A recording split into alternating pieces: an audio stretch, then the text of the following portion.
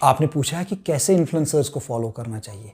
ये क्वेश्चन आज की यंग जनरेशन के लिए बहुत इम्पॉर्टेंट है।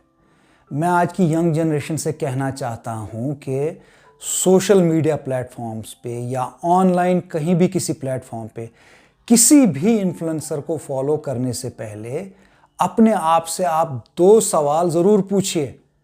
पहला सवाल, आपका इन्फ्लुएंसर सच्चा और भरोसेमंद है कि नहीं। दूसरा सवाल, जिसको भी आप फॉलो कर रहे हैं या करने जा रहे हैं उसका आपके ऊपर पॉजिटिव इन्फ्लुएंस है या नेगेटिव इन्फ्लुएंस। पहले क्वेश्चन पे आते हैं, आपका इन्फ्लुएंसर सच्चा है कि नहीं ये कैसे पता चलेगा।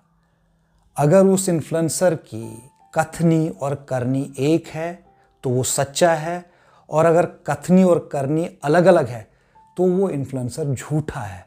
मतलब अगर वो इन्फ्लुएंसर जो कुछ कहता है, जो उसके कंटेंट में है, उसको अपनी रियल लाइफ में भी अप्लाई कर रहा है तो वो सच्चा है, आप उसको फॉलो कर सकते हैं। और अगर नहीं कर रहा है तो वो इन्फ्लुएंसर झूठा है। ऐसे इन्फ्लुएंसर को बिल्कुल फॉलो मत कीजिए।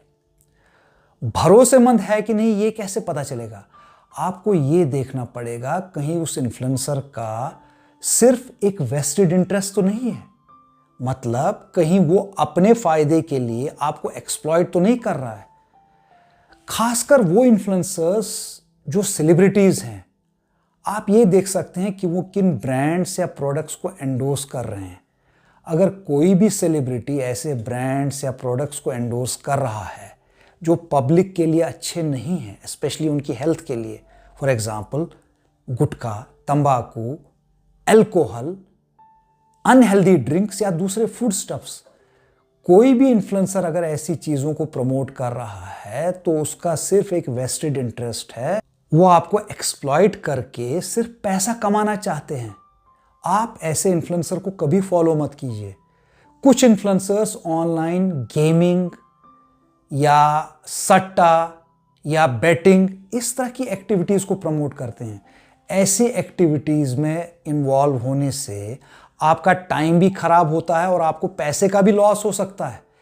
ऐसे इन्फ्लुएंसर्स का भी एक सिर्फ वेस्टेड इंटरेस्ट है। मतलब वो सिर्फ अपना फायदा देखते हैं, उनको दूसरों से कोई मतलब नहीं। जितना जल्दी हो सके अगर आप ऐसे इन्फ्लुएंसर्स को फॉलो कर रहे हैं तो उनको अनफॉलो कीजिए। अब दूसरे क्वेश्चन पे आते हैं, आपके इन्फ्लुएंसर का आपके ऊपर पॉजिटिव इन्फ्लुएंस है या नेगेटिव। पॉजिटिव इन्फ्लुएंस तब हो सकता है अगर आपका कोई मेंटल अपलिफ्टमेंट हो रहा है, कोई आपको हेल्थ बेनिफिट हो रहा है, आपके कैरियर में प्रोग्रेशन हो रहा है, या आपका कोई स्किल डेवलपमेंट हो रहा है। अगर इनमें से कुछ भी आपका इन्फ्लुएंसर आपके लिए कर रहा है तो आप उनका कंटेंट या सर्विसेज ले सकते हैं, उनको फॉलो कर सकते हैं, चाहे उसके लिए आपको पेमेंट भी क्यों ना करना पड़े, क्योंकि आपको कुछ बेनिफिट मिल रहा है, आपके ऊपर एक पॉजिटिव इन्फ्लुएंस है। लेकिन साथ ही आपको यह भी देखना पड़ेगा कहीं आपके ऊपर कोई नेगेटिव इन्फ्लुएंस तो नहीं पड़ रहा है।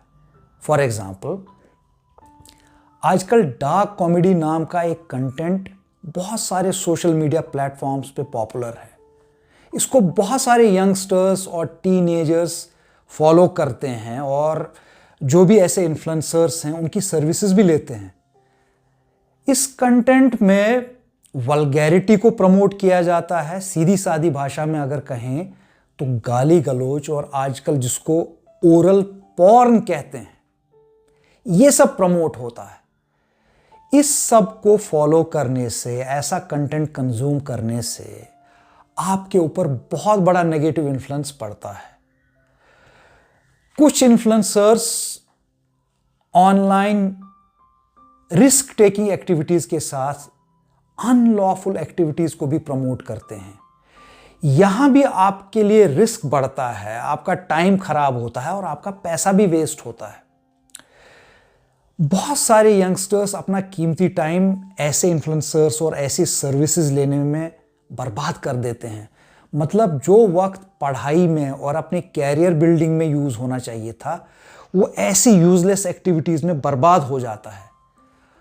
और सबसे दुख की बात यह है कि बहुत सारे यंगस्टर्स और टीनेजर्स ऐसी एक्टिविटीज में एक एक्साइटमेंट या थ्रिल पाते हैं और एडिक्ट हो जाते हैं ऐसी एक्टिविटीज़ के और एक ट्रैप में फंस जाते हैं, उनको पता भी नहीं चलता।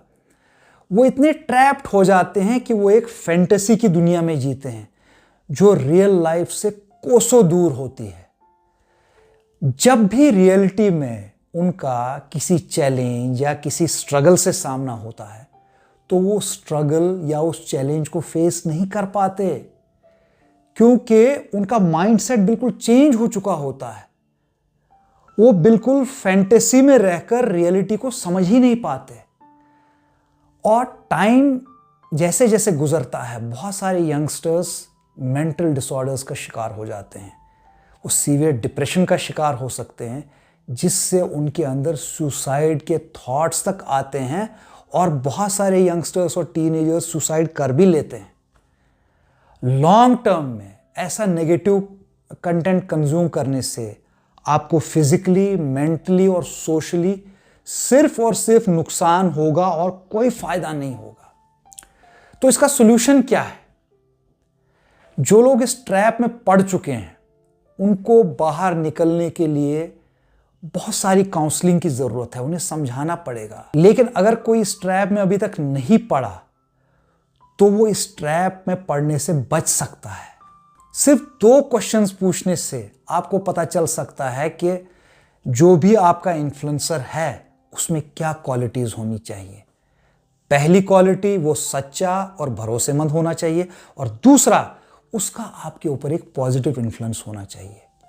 माइंड बहुत ही डेलिकेट होता है। आप जैसा कंटेंट, जैसी इंफॉर्मेशन उसके अंदर डालेंगे वैसा ही वो आउटपुट देगा। अगर आप अपने माइंड में अच्छी पॉजिटिव इंफॉर्मेशन डालेंगे तो आउटपुट भी वैसा होगा। लेकिन अगर आप गलत, नेगेटिव, हार्मफुल इंफॉर्मेशन डालेंगे तो आपके माइंड से वैसा ही आउटपुट निकलेगा। ये जो भी आप देखते हैं, सुनते हैं, जो कुछ भी आपके ब्रेन तक पहुंचता है, वो सारा माइंड का डाइट है।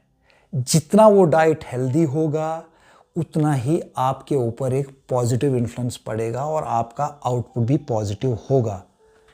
तो जो लोग ऐसे इन्फ्लुएंसर्स को फॉलो कर रहे हैं जिनका उनके ऊपर नेगेटिव इन्फ्लुएंस है, उनके पास मौका है कि वो ऐसे इन्फ्लुएंसर्स को अनफॉलो करके अपने आप को बचा लें।